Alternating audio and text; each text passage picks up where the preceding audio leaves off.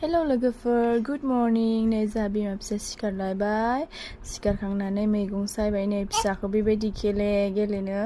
बेबायसानो संनो गोनां जायो उपाय गैया ओमफ्राय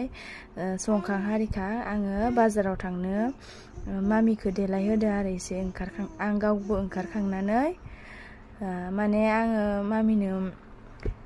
फिथाइ सामथाइ आपेल थालिर लायनो नागिरदों आरो बाजाराव शुक्रुबार बाजार जायो नालाय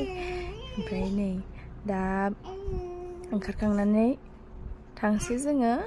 बेटारि गारिखौबो जि गोबाव नेनो नांगोन दा नेबाय थाबाला मोनथिया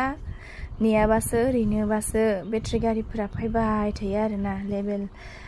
एभेलेबेल जायो दा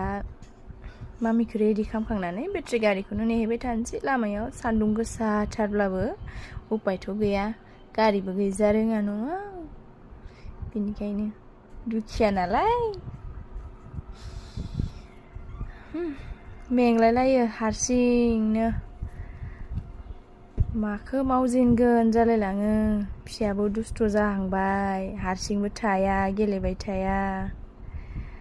ओमफ्राय नै बेटारि गारि नेयै मोनमारबाय फाइनेलि दा जों बेटारि गारि गाखोनानै थांगासिनो बाजाराव जि मोजां मोनो आरो मामिया बेटारि गारि गाखोनो जा दुस्थ'आ नायदो मा रायज्लायसोदो बिराद दुस्थ' जाबाय बाजारनिफ्राय फैखांनानै आङो